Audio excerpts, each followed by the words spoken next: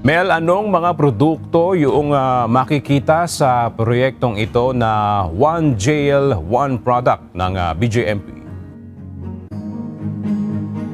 Yes, Aga, magandang tanghali. Ang mga produkto nga na mabibili dito ay kagaya ng mga bags, tsinelas at yung mga ilan sa mga home decors na pwedeng magamit ng ating mga kababayan. Aga, formal nang inilunsad ang isang programa ng Bureau of Jail Management and Penology o BJMP mula sa 39 na jail facility sa buong Region 3 na pinamagatang One Jail, One Product o OJOP na may temang Changing Lives, Building a Safer Nation. Katuwang sa proyekto ang Department of Trade and Industry o DTI Region 3, Department of Labor and Employment o DOLE, Technical Education and Skills Development Authority o TESDA, Department of Science and Technology o DOST at ilang private groups at company. Layo nito na mas maipakilala pa ang mga produktong gawa ng Persons Deprived of Liberty o PDL mula sa mga jail facilities sa bawat syudad, munisipalidad at probinsya sa buong rehiyon.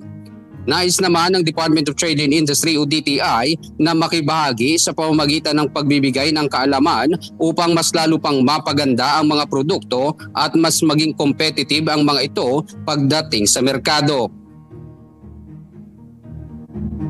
We can develop those products, we can improve them somewhere to be more competitive.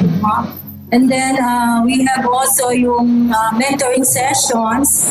Sana if they can, pag na-reintegrate na nila sa society, we can extend more services to our PDLs.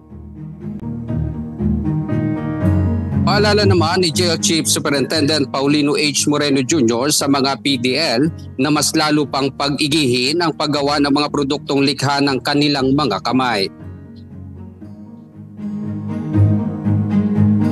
Kailangan nga ay magkaroon tayo ng diversity ng products, may variations para yung display natin sa mga malls ay medyo attractive at maraming makaka-interest.